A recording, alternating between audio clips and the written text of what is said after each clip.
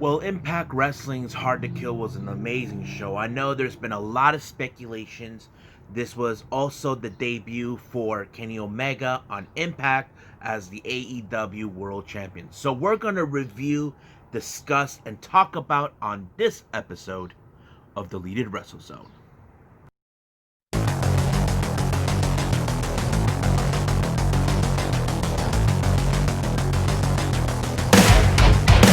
Are you ready? Get up, get up! Get up, get up! Get up, get up! Get up, get up! Get up, get up! Get up, get up! Hey everyone, welcome to Deleted Wrestle Zone. All thing that is pro wrestling from AEW, NXT, New Japan Pro Wrestling, Impact Wrestling, the National Wrestling Alliance, various promotions, wrestlers, matches, and championships.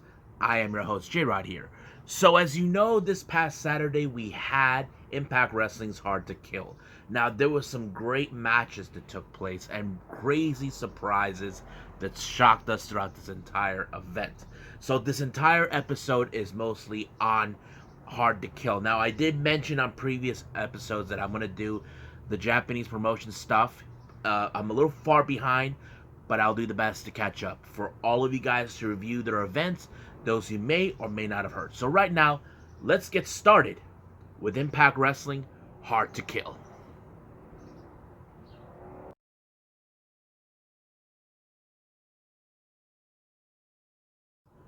Okay, so let's start with Hard to Kill. As you know, recently there has been an announcement that took place. Uh, Madison Rayne is retiring from Impact Wrestling, and if you guys know this or not, um, the other commentator, Josh Matthews, is no longer going to be there. He's going to be there with his wife, who is Madison Rayne. So in real life, those two are married, and we just got a brand new commentating team, and that is Matt Striker and, of course, D'Lo Brown. Now, they did an amazing job commentating this event. So let's get started with the first match. This one was I don't know if it's a mix or intergender tag team match. We had Decay, consistent of Rosemary and Crazy Steve, taking on Tennille Dashwood and Caleb with Decay. Now, this whole thing started when a few weeks ago where Tennille Dashwood was trying to stir things up with Rosemary, and Crazy Steve came out of nowhere to help her for her match, dealing with Caleb with Decay. But the match was so good.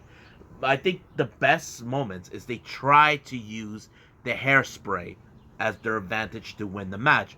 But however, it went bad when they both got green mist by both members of Decay. So they actually won their match by doing that. So I don't know if this is the end of seeing these two face off to each other or it's already over. Now, next match we had is an old schools match. This is between a rivalry with Eric Young's faction called Violent by Design. Now, this whole thing with them, they believe that the business is sick, that it needs to be cured, purified under their way, believing that that what's going on in the business is destroying what it is now. But of course, we know it's delusional. So it's Violent by Design, consistent by Eric Young, Joe Dorian, and Diener, taking on Tommy Dreamer, Cousin Jake, and Rhino. There were some great moments. Like, there were times where you saw Cousin Jake wanted to get his hands on his cousin Cody Diener, who now goes by Diener. But there have been going mixed. But the one person that was mostly the much bigger threat is Joe Dorian, this huge dude. Like, you don't know what. There were moments where he gets whacked with the kendo stick, like it acts like it didn't hurt him. It was so intense. But however, the match ended in Eric Young pulling off his finisher move on Cousin Jake. So they continued to spread their message, believing that the sickness is happening, that the world is theirs. Now, news came around before the start of this event. For their main event, it was supposed to be Rich Swann teaming up with the Motor City Machine Guns against Kenny and the Good Brothers. But however, Alex Shelley was unable to be there. So out of nowhere, Scott D'Amore decided to add Moose into the mix. Now, Rich Swann is not a fan of Moose because for months, ever since Rich Swann became the Impact Wrestling World Champion, Moose has been targeting him, believing that he is a second-rate champion. So he's been trying to get into Rich Swann's head. So Rich and Sabian don't know if they can trust him. Now, you cannot deny he cares more about winning than this. So that's the real question. But I'll get to that in a little bit about Moose.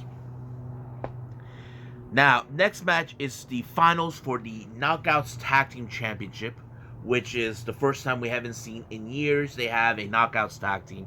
So these two were like the fans' favorites to win. We have Fire and Flava, which consistent of both Kiera Hogan and Tasha Steelz. And facing off against is Havoc Nevea. It was an unbelievable match. I love it.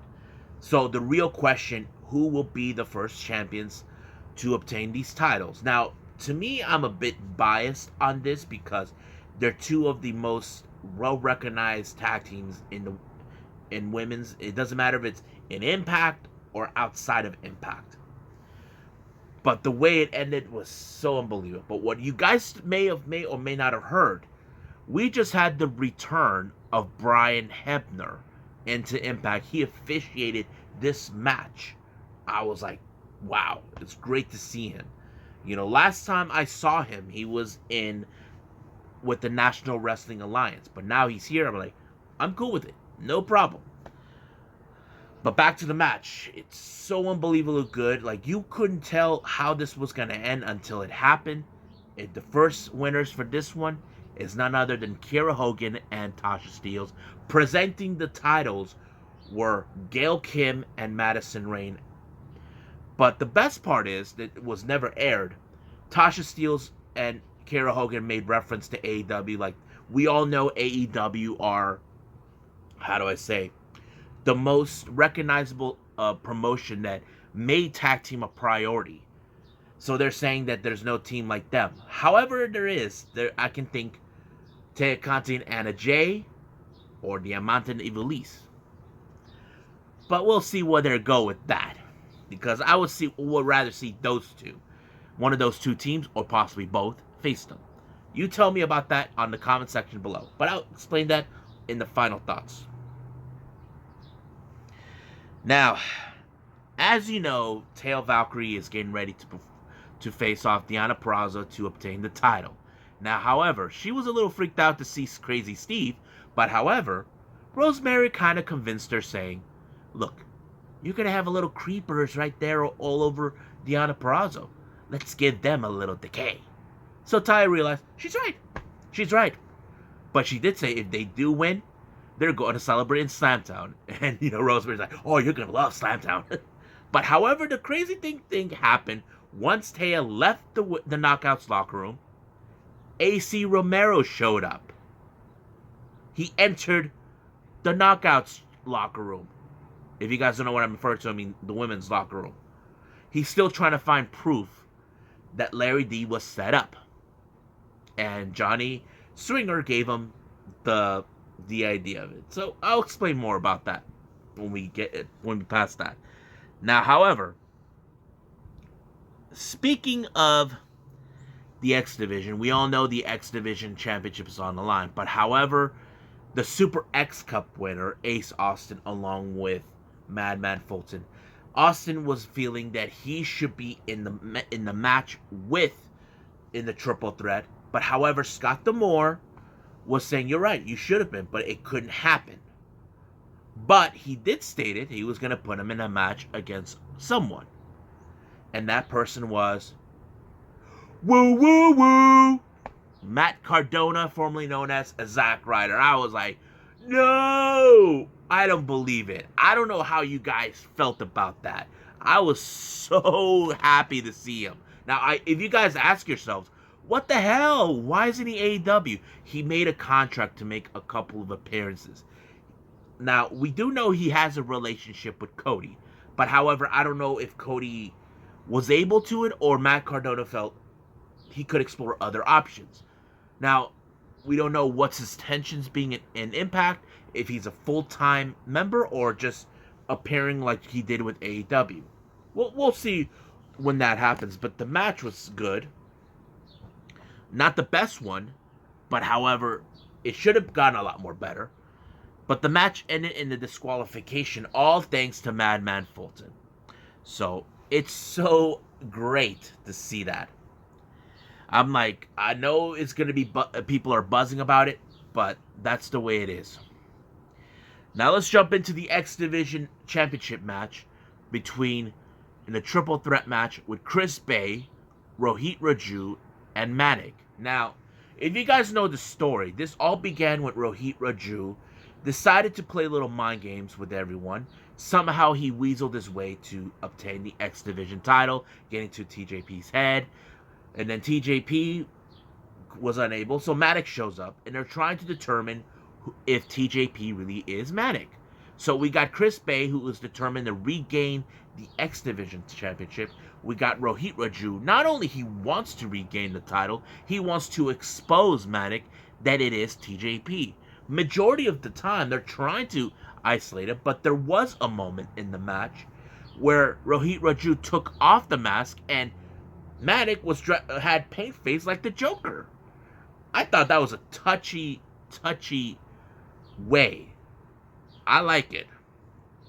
I didn't expect it, but it was great. But the best moment is when Manik was about to do the Mamba move, but he got cuttered in midair by Chris Bay. That is one hell of a move. I love that. But however, this was so crazy, you didn't know how this is going to end. Now, I had this feeling that it was going to end with Chris Bay, but it did not. Manik retained the title. So he won the match, but he gave Rohit Raju the look, saying, I'm the champion and you're not. So the real question is, who's next? And my feeling is Ace Austin. Now, as you know, one of the matches that it was booked for the night was the Barbed Wire Massacre between Sami Callihan and Eddie Edwards. But Eddie Edwards, before the match, talked to Alicia, his wife. He told her not to get involved in this match, that she must remain in the backstage. But she wants to be there. But he's more worried, like, if she gets involved, she could get hurt.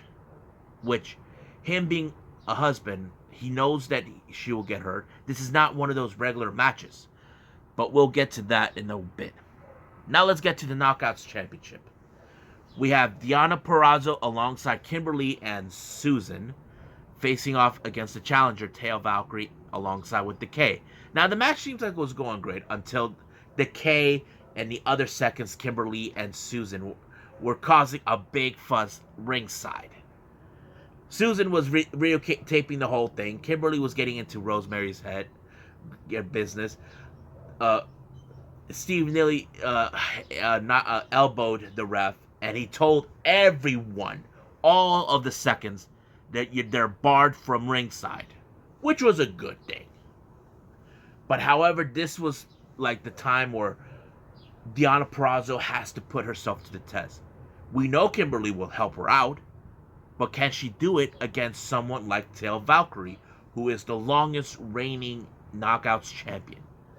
Now, I would have assumed, as for me, that she would have pulled it off, but it didn't end it that way.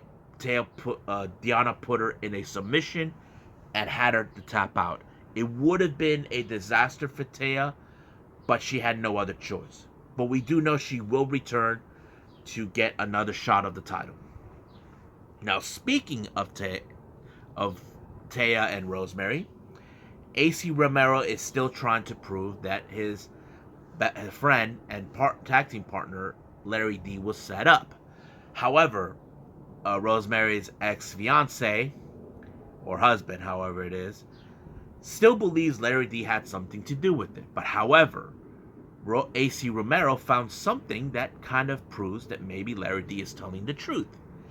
Apparently, he found a vast perfume that is the same kind that Lawrence D actually uses. So Johnny saw it, and he told him he was in the Knockouts locker room, and he asked him, which bag did you find it? And he tells him, wouldn't you like to know? So it ended right there. I think this is the suspense it's killing us, like saying, who really did shot Johnny E. Bravo? If Larry D / Lawrence D didn't do it, then who did? Now, we had the strange match with the Kumite with Ethan Page and his alter ego, the Karate Man. I don't know what to make of it. I was expecting a higher expectations, but I don't know. The foreground and the back kind of messed it up for me. I don't think it was a good way, but if you guys know this possibly would have been Ethan Page's last appearance since he's didn't re-sign with them. But yeah, it kind of ended with the Karate Man winning. Now, in the backstage, Don Callis was out happy, and then he finds Moose talking to him and all this. He's trying to get Moose on his side. But however, I kind of suspected this was going to happen, and I'll explain this more on my final thoughts. Moose is the kind of guy who says he is the real world champion. Now, he wants the Impact title so he can be the true world champion, but when it comes to a guy like Kenny, who Don Callis is going out running his mouth saying he's the real world champion, that doesn't sit well with Moose. So he made it perfectly clear he'll be going after the Impact title and possibly stop by in AEW and get the AEW world title. So basically, things are stirring up in the world title world. Now let's get to the next match, which is the Barbed Wire Massacre between Sami Callihan and Eddie Edwards. God damn, this match was so crazy. It kind of gave me a heart attack. I didn't know how this was going to end. There was blood everywhere, barbed wires everywhere, all kinds of weapons. But the real question, how is this going to end? Their rivalry's been going back and forth many times over. But the way it ended, Eddie Edwards used the Boston knee party on to Sami Callihan with the chair filled with barbed wires. I'm like, damn, this guy really took everything to the limit. And it ended in Eddie Edwards actually winning the match. So, I'm happy with the results. How not? Now let's get to the main event between Moose, Chris Sabian, and the Impact World Champion, Rich Swann, taking on the Good Brothers and the debut match of the AEW World Champion, Kenny Omega. Now, I have to say, Moose impressed me on 2 occasions. A guy his size did a moonsault on Carl Anderson. I was like, what? And he did a Spanish fly on Kenny. I'm like, god damn. How the hell did he learn this? A guy his size, he's really that good. I'm like, dang, it was a good match. It did tell the story how we got Kenny and the Good Brothers are now making a name, taking over the wrestling world. But of course, the way it ended, Kenny pinned the Impact World Champion, and this could be the sign of a title versus title match. So Kenny and the Good Brothers won. But right now, let's talk about the final thoughts on this particular event that was so good that I enjoyed so much. So let's do that right about now.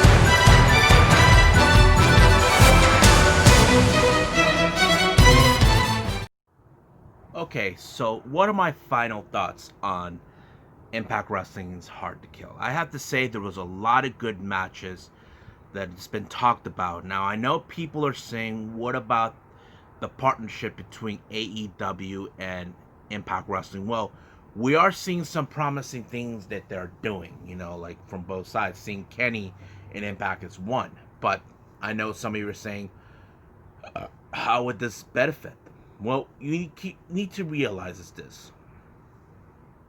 There's a lot of things that many people may or may not like. It is what it is. But what are the best matches that I believe were the good ones? Let's see.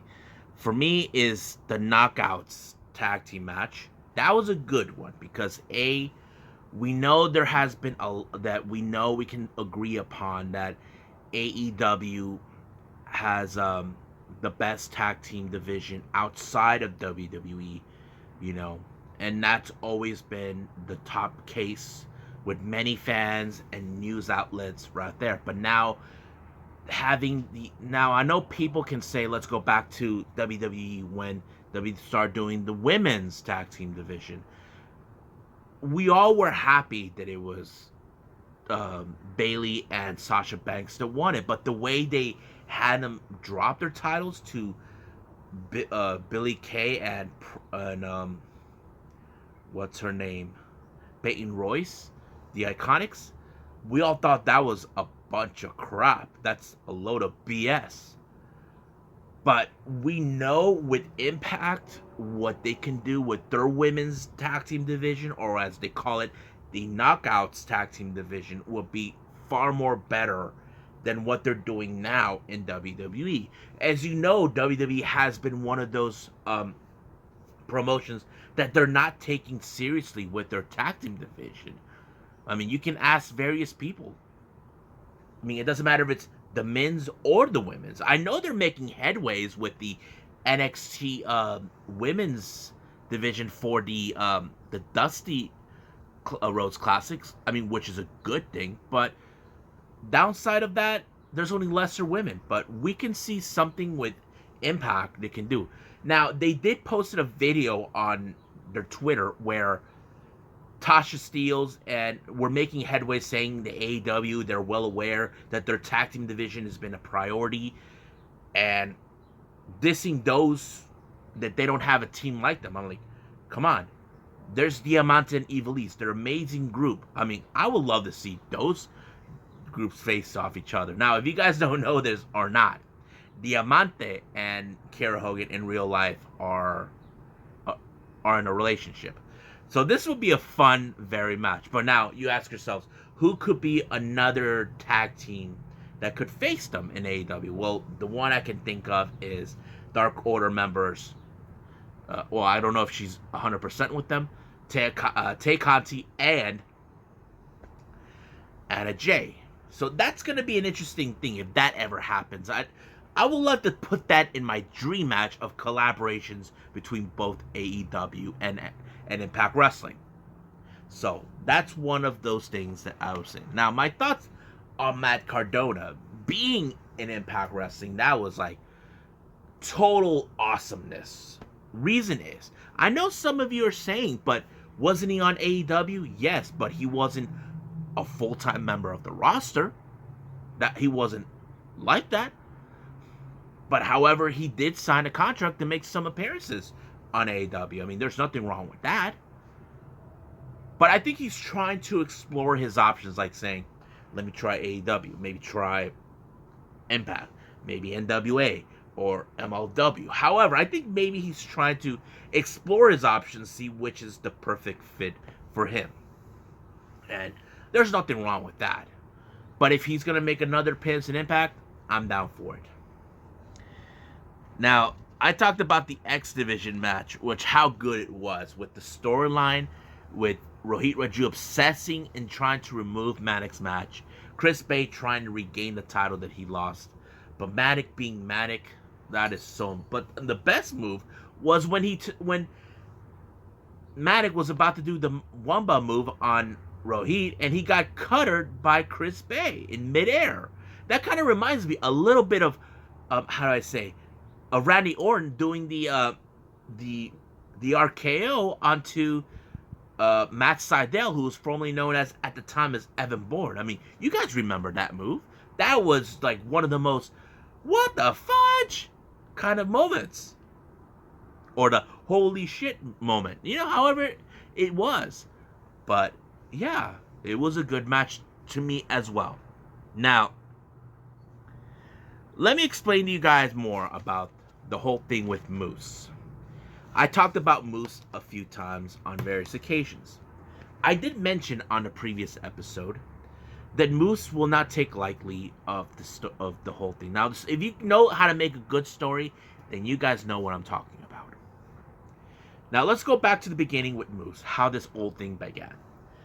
Last year, Impact Wrestling were announcing an event that was going to take place on WrestleMania week called TNA There's No Place Like Home. Moose was having a problem with people talking about TNA. He's telling people to shut the hell up, stop talking about TNA. They're a thing of the past. He took on wrestlers from TNA. But when the pandemic hit, certain things have changed. Somehow, Moose obtained the TNA World title, which is a title that's not really active. Now, they were going to give it to the winner in some event on that very event, but it was supposed to be in storage. But somehow Moose obtained it, and he got into his head thinking he's the real world champion. He even tried to get wrestlers to face him for the title. But here's the thing. Certain wrestlers are like, what? And that's one of those storylines that makes it so good, where he is saying, I'm the real world champion. The Impact World title is second behind me.